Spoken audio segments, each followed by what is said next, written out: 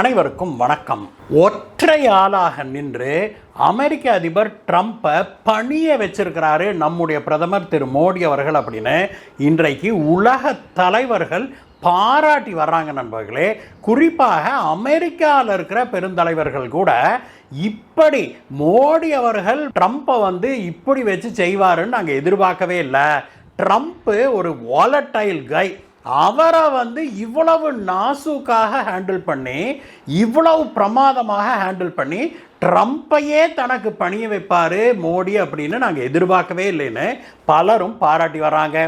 இந்த பாராட்டெல்லாம் திடீர்னு மோடி அவர்களுக்கு குவிந்து வருவதற்கான காரணம் என்ன கெஸ் பண்ணீங்களா நண்பர்களே? இந்தியாவுக்கும் அமெரிக்காவுக்குமான ஏதோ ஒரு விஷயம், பெரிய விஷயம் நடந்திருக்குதே அப்படிங்கிறத மட்டும் நீங்கள் இந்நேரம் கண்டிப்பாக கெஸ் பண்ணியிருப்பீங்க இல்லையா? நான் க்ளூவாகவும் அதை கொடுத்துட்டேன். இந்தியாவுக்கும் அமெரிக்காவுக்கும் இடையே பெரியதாக ஒரு விஷயம் நடந்து இருக்குது. அது என்ன, நான் எதை பற்றி பேச போகிறேன்னு நீங்கள் கெஸ் பண்ணியிருந்தீங்கன்னா கீழே இருக்கிற கமெண்ட்ஸில் சொல்லுங்கள் நண்பர்களே. நீங்கள் நம்முடைய சேனலை தயவு செய்து சப்ஸ்கிரைப் பண்ணுங்கள். அதே போல் நம்முடைய வீடியோக்கள் பிடிச்சிருந்தா ஒரு லைக் போடுங்க, உங்கள் நண்பர்களோடு ஷேர் பண்ணுங்கள். கீழே இருக்கிற சப்ஸ்கிரைப் பட்டனை தட்ட மறந்துடாதீங்க. வாங்க நண்பர்களே, வீடியோவுக்கு போகலாம்.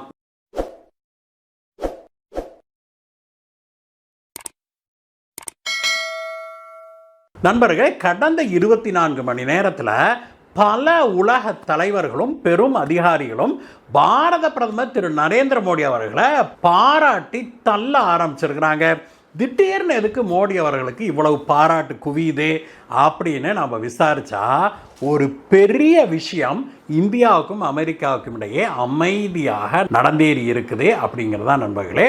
அது என்ன அப்படின்னாக்க, ட்ரம்ப் அவர்கள் அமெரிக்காவில் அதிபராக பதவியேற்றுக் கொண்ட பிறகு அவர் எல்லா நாடுகளின் மீதும் கடுமையான இறக்குமதி வரியை விதிச்சார் இல்லையா? அந்த வரிகளை எந்த ஒரு நாடுமே எதிர்க்காத போது பாரத பிரதமர் திரு நரேந்திர மோடி அவர்கள் மட்டும் தனி ஒரு ஆளாக நின்று, தனி ஒருவனாக நின்று ட்ரம்ப்பை எதிர்கொண்டதோடு இல்லாமல் ட்ரம்ப்புடைய இந்த டாரிஃப் நியாயமற்றது, அநியாயமானது அப்படின்னு சொல்லி வெளிப்படையாகவே பேசினாரு. ட்ரம்ப் எவ்வளவோ ப்ரெஷர் பண்ணியும் கூட, இந்தியாவுக்கு எதிராக எத்தனையோ நடவடிக்கைகளை அவர் மேற்கொண்டும் கூட, ஏன் இந்தியாவுக்கு எதிராக 50% உச்சபட்சமாக அதுதான் போட்டிருக்கிறாரு, 50% இறக்குமதி வரியை அவர் போட்டாலும் கூட பாரத பிரதமர் திரு நரேந்திர மோடி அவர்கள் அசைஞ்சு கொடுக்கவில்லை. ஒரு அமைதியான ஒரு புன்முறுவலோடு அடுத்த வேலையை பார்த்துக்கிட்டு போய்கிட்டே இருந்தார் திரு மோடி அவர்கள். அதே சமயத்தில் திரு மோடி அவர்களுடைய அரசாங்கம் இருக்குது இல்லையா, நம்முடைய வெளியுறவுத்துறை அமைச்சகம் திரு ஜெய்சங்கர் இருக்கார் இல்லையா, அவருடைய அமைச்சகமாகட்டும், நம்முடைய காமர்ஸ் மினிஸ்டர் திரு பியூஷ் கோயல் இருக்கார் இல்லையா, அவராகட்டும், நம்முடைய டிஃபென்ஸ் மினிஸ்டர் திரு ராஜ்நாத் சிங் இருக்கார் இல்லையா, அவராகட்டும், நம்முடைய தேசிய பாதுகாப்பு செயலாளர் NIA உடைய சீஃபான திரு அஜித் தோவால் அவர்களாகட்டும், அது மட்டும் இல்லை பல டிபார்ட்மெண்ட்டுகளும் அமைதியாக பிஹைண்ட் த ஸ்க்ரீன்ஸ் அப்படின்னு சொல்லுவாங்க இல்லையா, அங்கே அமைதியாக அமெரிக்காவோடு பலவிதமான நெகோசியேஷன்ஸை, பேச்சுவார்த்தைகளை நடத்தி கொண்டு வந்தாங்க. அந்த பேச்சுவார்த்தையில் இப்பொழுது மிகப்பெரிய முன்னேற்றம் ஏற்பட்டிருக்குது அப்படின்னும் அடுத்த சில நாட்களுக்குள்ளாக இந்த அறிவிப்பு வெளிவரும் அப்படின்னும் பலரும் பேசிக்கிறாங்க. உடனே உங்கள் மனசில் தோணுமே, சார் என்னங்க சார், அமெரிக்க அதிபரே ஒரு முந்திரி கொட்டையாட்ட உலகத்துக்கு தெரியாததுக்கு முன்னாடி தன்னோட ட்ரூத் சோஷியலில் எழுதிடுவாரே, அதை அவர் தானே எல்லாம் எந்த நியூஸாக இருந்தாலும் தம்பாயிலும் தான் முதல்ல வரணும் அப்படின்னு சொல்லி அவர் எதிர்பார்ப்பாரே, அவர் வாய் முடிட்டு கம்முன்னு இருக்கிறாருங்க சார் அப்படின்னு கேட்குறீங்களா? கரெக்டான கேள்வி நண்பர்களே. இது மட்டுமில்லை, இன்னொரு விஷயத்தை கூட நீங்கள் கவனிச்சிருக்க முடியும். கடந்த 1 மாத காலமாகவே அமெரிக்க அதிபர் ட்ரம்ப்பு அமைதியாக ரொம்பவுமே அடக்கி வாசிக்கிட்டு வர்றாரு அப்படிங்கிறத நீங்கள் கவனிச்சிங்களா? 1 மாதத்துக்கு முன்பு வரைக்கும் தாட்டு பூட்டு தஞ்சாவூர்னு பேசிக்கிட்டு இருந்த மனுஷன் இந்த 1 மாதமாக அப்படியே ஸ்லோ டவுன் ஆகி இப்பொழுது கொஞ்சம் அமைதியாக ஒரு ரேஷ்னலாக நடந்து கொண்டு வருகிறாரு அப்படிங்கிறத நீங்கள் கவனிச்சிருந்தீங்க அப்படின்னா கண்டிப்பாக நீங்கள் நம்ம சேனலுடைய சப்ஸ்கிரைபராக தான் இருக்க முடியும். இல்லை அப்படின்னா உண்மையிலேயே உங்களுக்கு ஹேட்ஸ் ஆஃப், மறக்காமல் கொஞ்சம் சப்ஸ்கிரைப் பண்ணிடுங்க. ட்ரம்ப் அவர்களுடைய இந்த மாற்றத்துக்கு மிகப்பெரிய காரணம் 2 அப்படின்னு சொல்கிறாங்க நண்பர்களே.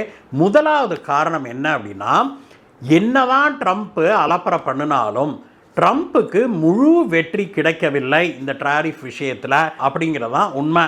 இதை இப்பொழுது தான் ட்ரம்ப் உணர ஆரம்பிச்சிருக்கிறாரு அப்படின்னு சொல்கிறாங்க. அது எதனால அப்படின்னாக்க ஒற்றை மனிதனால தான். பாரத பிரதமர் திரு நரேந்திர மோடி அவர்கள் இந்தியா உங்களிடம் பணியாது அப்படின்னு உலகத்துக்கு முன்னால் ட்ரம்ப்போட மூஞ்சியில் பொலேன்னு அரைஞ்ச மாதிரி சொன்னார் இல்லையா? அந்த விஷயம் பல நாடுகளையும் தட்டி எழுப்பி இருக்குது அப்படிங்கிறாங்க. பல ஏழை நாடுகளும் அமெரிக்காவோட அதிகம் டீலிங் இல்லாத நாடுகள், சிலதெல்லாம் அமெரிக்காவை நம்பி இருக்கிற சில நாடுகளும் கூட ட்ரம்ப்புக்கு அடிபணிந்து நாங்கள் பூராத்தையும் உங்களுக்கெல்லாம் விட்டு கொடுக்க முடியாது அப்படின்னு பேச ஆரம்பிச்சிருக்கிறாங்க கடந்த 2-3 மாதங்களாக. அப்படின்னும் இது எது மோடி அவர்கள் ட்ரம்ப்புக்கு அடிபணிந்து போக மாட்டோம், நீங்கள் எவ்வளவு வேணால் எங்களுடைய பொருட்களின் மீது இறக்குமதி வரி போடுங்க, எங்களுக்கு அதை பற்றி கவலை இல்லை, நாங்கள் மாற்று மார்க்கெட்டுகளை பார்த்துட்டு போயிட்டே இருப்போம் மொழிய உங்கள் முன்னாடி நாங்கள் ஆமாம் ஜாமீன் கை கட்டி நிற்க மாட்டோம் அப்படின்னு சொல்லி மோடி அவர்கள் வெளிப்படையாக ட்ரம்ப்புக்கு சொன்னதும் அதை உணர்த்தினதும் உலக மக்களை நம் பக்கம் ஈர்த்திருக்குது அப்படின்னு சொல்கிறாங்க. இதில் விழித்து கொண்ட பல பெரிய நாடுகளும் கூட அமெரிக்க அதிபர் ட்ரம்ப்புக்கு முழுமையாக விட்டு கொடுக்க போக சம்மதம் தெரிவிக்கவில்லை அப்படிங்கிறாங்க. உதாரணத்துக்கு ஜப்பான் இருக்குது இல்லையா? ஜப்பான் இந்த இந்தியா மறுப்பு சொல்கிறதுக்கு முன்னாடியே ட்ரம்ப் கூட பேச்சுவார்த்தை நடத்தி டீலெல்லாம் போட்டாங்க. ஒரு 500-600 பில்லியன் அமெரிக்கன் டாலர் அளவுக்கு நாங்கள் அமெரிக்காவில் முதலீடு செய்கிறோம், அதுக்கு பதிலாக நீங்கள் எங்கள் மேலே டாரிஃப் விதிக்காதீங்க அப்படின்னு சொல்லி கேட்டிருந்தாங்க. ட்ரம்ப் அது மட்டும் இல்லை, என்னென்னமோ கண்டிஷன் போட்டார். நீங்கள் பல அமெரிக்க பொருட்களை சொல்லி அந்த பொருட்களுக்கெல்லாம் இறக்குமதி வரியே இல்லாமல் ஜப்பானுக்குள்ளே நாங்கள் இறக்குமதி செய்யறதுக்கு அனுமதிக்க வேணும்னாரு. ஜாப்பனீஸ் ஒத்துக்கிட்டாங்க. அது மட்டும் இல்லை, கார் ஏற்றுமதி இறக்குமதி, ஆட்டோமொபைல் தொடர்பாக மட்டும் இல்லாமல் பல விஷயங்கள் தொடர்பாக அமெரிக்கா பலவிதமான புதிய நிபந்தனைகளை விதிச்சிருக்குது ஜப்பானுக்கு. அதையெல்லாம் ஏற்றுக்கொண்டார்கள். அதையெல்லாம் பேச்சுவார்த்தையின் போது இவங்க சரிங்க பார்த்துக்கலாங்க அப்படின்னு சொன்னதை ட்ரம்ப் என்ன பண்ணார், உடனடியாக தன்னுடைய ட்ரூத் சோஷியல்லையும் ப்ரெஸ் மீட்லையும் வச்சு ஜப்பான் இவ்வளோ முதலீடு, எவ்வளோ 500-600 பில்லியன் அமெரிக்கன் டாலரில் முதலீடு கொடுக்குறேன்னு ஒப்புக்குச்சு. அதே மாதிரி அமெரிக்க பொருட்கள் ஜப்பானுக்குள்ளே போகிறதுக்கு 0 டாரிஃபுக்கு ஒத்துக்கிட்டாங்க அப்படின்னு சொல்லி அறிவிச்சிட்டாரு. இது ஜப்பான் மக்களுக்கும் போய் சேர்ந்துருது. அப்போ பேச்சுவார்த்தை நடந்து கொண்டிருந்ததுனால ஜப்பானும் அதை ஏற்றுக்கொண்டதை ஒன்றும் சொல்லலை. ஆனால் அதற்கு பிறகு தான் பேச்சுவார்த்தையில் அமெரிக்க அதிகாரிகள் தங்களுடைய உண்மையான ரூபத்தை காமிச்சிருக்கிறாங்க.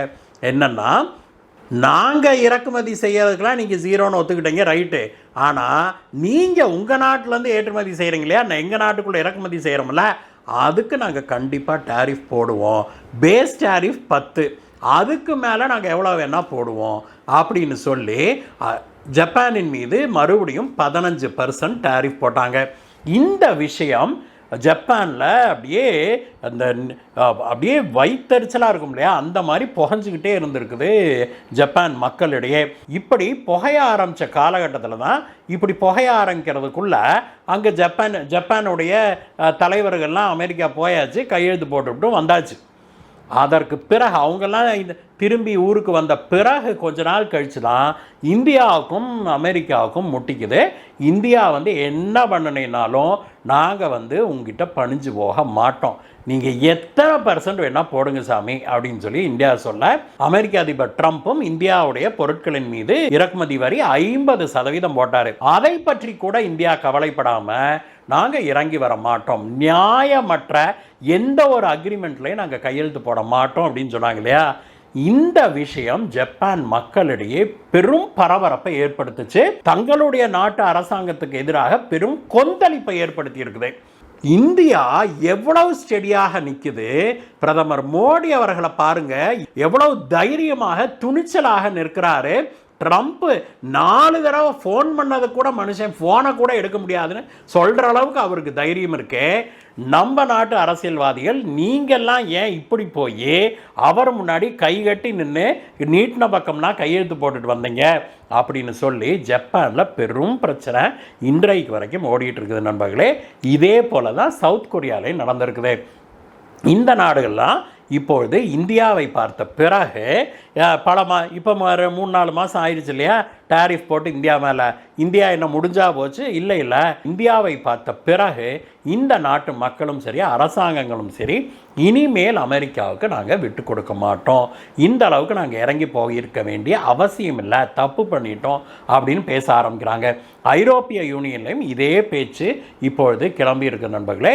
இதற்கு எல்லாத்துக்கும் காரணம் யாருன்னா ஒற்றை மனிதன், நம்முடைய தலைவர், நம்ம நாட்டு பாரத பிரதமர் திரு நரேந்திர மோடி அவர்கள் தான். இதில் எந்த மாற்று கருத்தும் கிடையாது. இப்பொழுது லேட்டஸ்டாக இந்த 24 மணி நேரத்துக்கு வருவோமே, என்ன நடந்திருக்குது அப்படின்னாக்க, இந்தியா அமெரிக்காவோட ஒரு 2-3 டீல் போட்டிருக்கிறாங்க.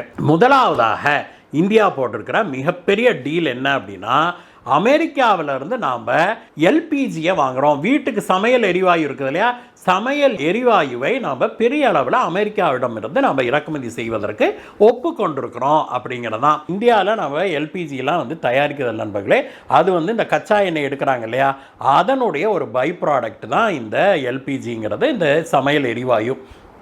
அந்த சமையல் எரிவாயுவை இப்போ நம்ம முழுக்க கிட்டத்தட்ட 90% நாம் கல்ஃபில் இருந்தால், சவுதி அரேபியா உள்ளிட்ட அந்த கல்ஃப் நாடுகள்கிட்ட இருந்தால் வாங்கிட்டு இருக்கிறோம். இது வரைக்கும் அப்படி தான் இருந்திருக்குது.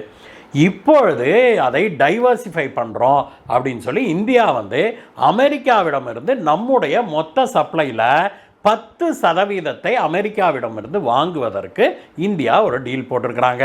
அதுவும் மிக குறைந்த விலையில். நம்ம கல்ஃபில் வாங்கி இந்தியாவுக்கு கொண்டு வருவதை விட, கொண்டு வரோம் இல்லையா, அந்த செலவையும் சேர்த்துனீங்கன்னா அது இந்தியாவுக்கு சேர்கிற விலையை விட கிட்டத்தட்ட 25% அமெரிக்காவிலிருந்து நமக்கு தருவிக்கிற இந்த எல்பிஜி விலை குறைவாக இருக்கும் அப்படின்னு சொல்கிறாங்க. அது மட்டும் இல்லை, இந்தியா அமெரிக்காவோட போட்டிருக்கிற அக்ரிமெண்ட்டு கவர்மெண்ட் டு கவர்மெண்ட், இந்திய அரசாங்கம் அமெரிக்க அரசாங்கத்தோட போட்டிருக்குது. இது எதுவும் தனியார் கம்பெனிலாம் இல்லை. உடனே கொடி பிடிச்சிக்கிட்டு வராதிங்க, மோடி அதானிக்கு கொடுத்துட்டாரு, மோடி ரிலையன்ஸுக்கு தான் செஞ்சார், அவங்க தான் சம்பாதிக்கிறாங்கன்னு.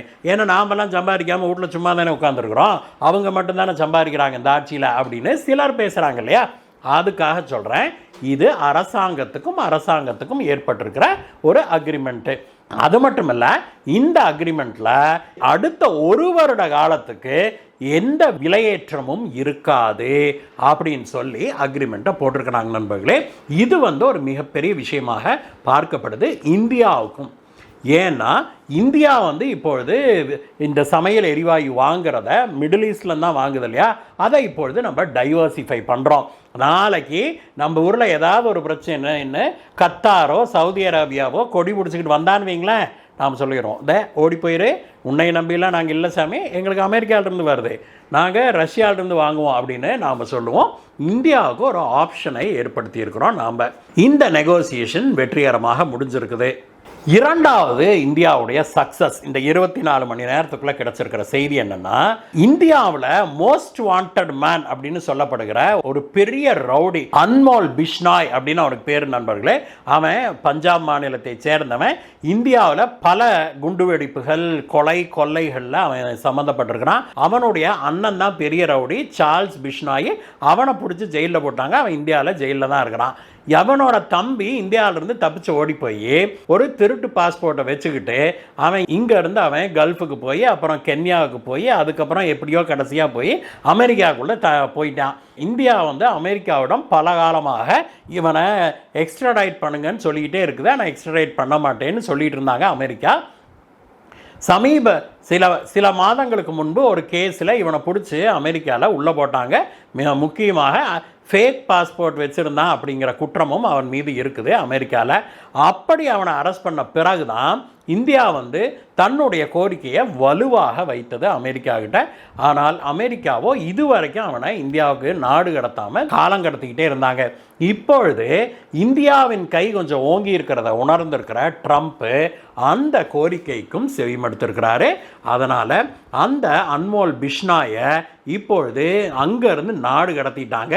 இன்றைக்கு அவன் இந்தியா சேர்றான் நண்பர்களே. இந்தியாவில் பிடிச்சி கேஸை நடத்தி அவனை ஜெயிலில் போடுவாங்க அப்படிங்கிறத பார்க்குறோம். இது மட்டுமல்ல, மூன்றாவதாக மிக முக்கியமான விஷயம் இப்போ தான் வருது. என்னென்னா, இந்தியாவுக்கும் அமெரிக்காவுக்குமான இந்த வர்த்தக ஒப்பந்தம் இருக்குது இல்லையா, அது ரொம்ப நாளாக இழுத்துக்கிட்டே இருக்குன்னு சொன்னாங்க இல்லையா. இப்பொழுது அது ஒரு முடிவுக்கு வர்ற ஸ்டேஜுக்கு வந்திருக்குது அப்படின்னு சொல்கிறாங்க. இன்னும் ஒரு சில விஷயங்கள் தான் அந்த நெகோசியேஷன்ஸுடைய ஒரு முன்னோடியாகத்தான்.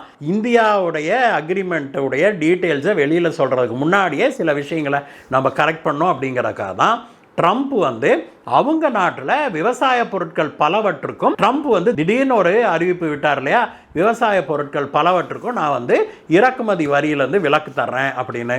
அதுவும் இந்தியாவுடைய இந்த பயங்கர டஃப்பான பேச்சுவார்த்தைகளின் ஒரு வெளிப்பாடு தான் அப்படிங்கிறாங்க. அந்த ஒரு அறிவிப்பின் மூலமாகவே இந்தியாவுக்கு 3 முதல் 4 பில்லியன் அமெரிக்கன் டாலர் அளவுக்கு மிச்சமாகும், லாபமாகும் அப்படிங்கிறதையும் நாம் தெரிஞ்சு கொள்ள வேணும். எது எப்படி இருந்தாலும் நண்பர்களே, அடுத்த ஒரு சில நாட்களுக்குள்ளாக இந்திய அமெரிக்க வர்த்தக ஒப்பந்தம் கையெழுத்தாகும் அப்படின்னு சொல்கிறாங்க. அந்த ஒப்பந்தத்தின் டீட்டெயில்ஸை இதுவரைக்கும் வெளியிடப்படவில்லை அப்படின்னாலுமே கூட அந்த பேஸ் டேரிஃப் 10% இருக்குது இல்லையா, அது அப்படியே தான் இருக்கும். அதுக்கு மேலே மேபி 5% போடுவாங்க அப்படின்னு சொல்கிறாங்க. அதே சமயத்தில் இந்தியா தன்னுடைய நிலைப்பாட்டில் பிடிவாதமாக நிற்கிறது அப்படின்னும், நாங்கள் எதுக்குமே ஜீரோ டேரிஃப்லாம் கொடுக்க மாட்டோம், நீங்கள் எங்களுக்கு எதுக்கெல்லாம் ஜீரோ டேரிஃப் கொடுக்குறீங்களோ அதுக்கு தான் ஜீரோ டேரிஃப். இப்போ விவசாய பொருட்களுக்கு ஜீரோ டேரிஃப் கொடுக்குறீங்களா, நாங்கள் சில விவசாய பொருட்களை உங்கள்கிட்ட இருந்து இறக்குமதி செய்ய ஒப்புதல் அளிக்கிறோம் அப்படின்னு இன் பிரின்சிபிள் சொல்லியிருக்கிறாங்க. குறிப்பாக அமெரிக்கா மிகப்பெரிய அளவில் சோயாவையும் மக்காச்சோளத்தையும் தயார் பண்ணி வச்சுக்கிட்டு விற்கிறதுக்கு வழி இல்லாமல் உட்கார்ந்துருக்குது இல்லையா, அந்த சோயா மற்றும் மக்காச்சோளத்தில் ஜிஎம் இல்லாதது, அதாவது ஜெனட்டிக்கலி மாடிஃபைடு அல்லாத நேச்சுரலாக விளைவிக்கப்பட்ட சோயா மற்றும் மக்காச்சோளத்தை குறிப்பிட்ட அளவு, குறைந்த அளவுன்னு தான் சொல்கிறாங்க, அதை வாங்குவதற்கு இந்தியா இன் பிரின்சிபல் ஒப்புக்கொண்டிருக்குது அப்படிங்கிறாங்க. இதே போல் மேலும் பல விஷயங்களில் இந்தியா உறுதியாக நின்றுருக்குது. நீங்கள் டேரிஃப் இல்லைன்னு சொன்னீங்கன்னா நாங்களும் டேரிஃப் இல்லை அப்படிங்கிறதுல உறுதியாக இருக்குது நண்பர்களே. ஆனால் மொத்தத்தில் நமக்கு கிடைச்சிருக்கிற நல்ல செய்தி என்ன அப்படின்னா, பாரத பிரதமர் திரு நரேந்திர மோடி அவர்கள் ஒற்றை மனிதனாக நின்று அமெரிக்க அதிபர் ட்ரம்பை, உலகத்திலேயே ஆக பவர்ஃபுல்லான மனிதன் சொல்லப்படுகிற அமெரிக்க அதிபராக இன்றைக்கு அந்த பதவியில் இருக்கிற ட்ரம்பை இந்தியாவிடம் பணிந்து போக வச்சிருக்கிறாரு அப்படிங்கிறதான். இன்னும் சொல்லப்போனால் ட்ரம்போட வாய்க்கே பிரதமர் மோடி அவர்கள் பூட்டு போட்டார் அப்படிங்கிறாங்க. அமெரிக்காவுடைய உயர் அதிகாரிகள் எல்லாம் மோடி அவர்களுடைய இந்த ஒற்றை செயல் ட்ரம்ப்புடைய நடவடிக்கைகளையே, அந்த போக்கையே மாற்றிருச்சு. இன்றைக்கி ட்ரம்ப்பு பல விஷயங்களை அடக்கி வாசிக்கிறார்னா அதுக்கு மோடி அவர்கள் தான் காரணம் அப்படின்னு சொல்கிறாங்க. இந்த விஷயத்தில் திரு மோடி அவர்களுடைய நடவடிக்கையை பற்றிய உங்களுடைய கருத்து என்ன நண்பர்களே? இந்த வீடியோ பிடிச்சிருக்கா ஒரு லைக் போடுங்க நண்பர்களே. அதே போல் உங்கள் நண்பர்களிடம் இதை ஷேர் பண்ணுங்கள். மீண்டும் உங்களை வேற ஒரு வீடியோ சந்திக்கிறேன் கைஸ். Bye bye.